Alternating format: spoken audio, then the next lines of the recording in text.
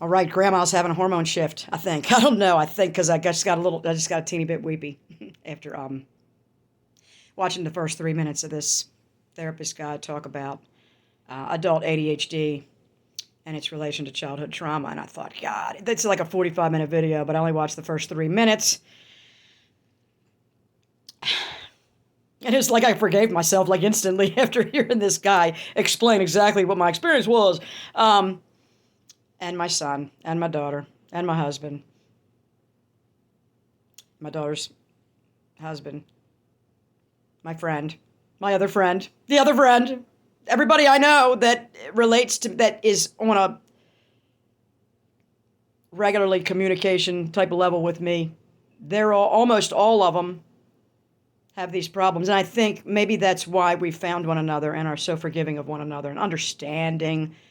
And I don't mean forgiving as in we've done terrible things to one another and we forgive each other, but I mean forgiving as in forgiving of our nature of being a little, just flighty and with the mild disassociation that this guy described in the first 3 minutes. Just that it's hard to describe to somebody that doesn't experience it. And they're just like, you're just full of shit. They just come up with all kind of reasons why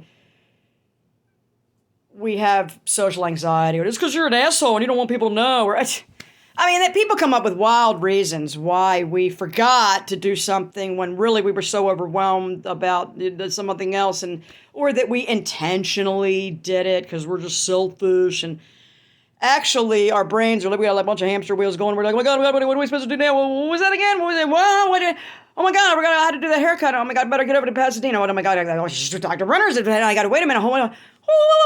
What's for dinner? Oh my God, what do I look like? Do I smell? This is this.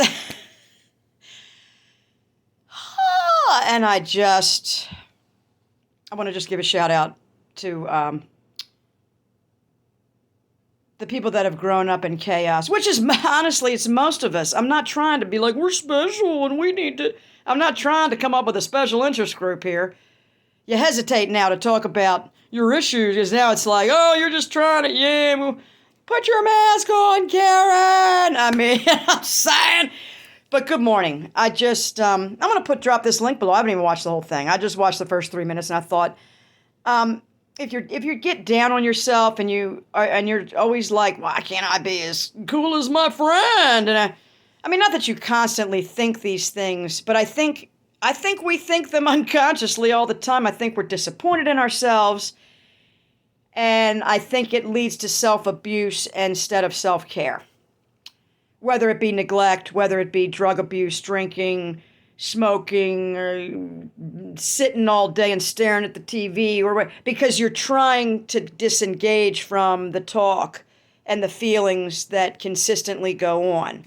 So, and then you wake up like 15 years later and you're like, all I've done was hamster wheel my way through each day of my life, and now I'm 55. And then you get like, oh, I wasted my whole life being upset and worried about what everybody thought. And then you're angry about that. And then you got to get through that. And it's just like, can we just... I love Mom's new sound effects, by the way. It totally brought about, in her video that she just posted this morning, it brought about a side of her that most do not know exists because she's so professional and demure, and she's so, sophisticated when she comes across, although very down to earth at the same time. And when she started throwing those sound effects in and the visuals, then all y'all got to see another side of Moms that I already know about. So, woohoo, keep it up, Moms. And the truth? Keep bringing the truth. We love you out here, brother.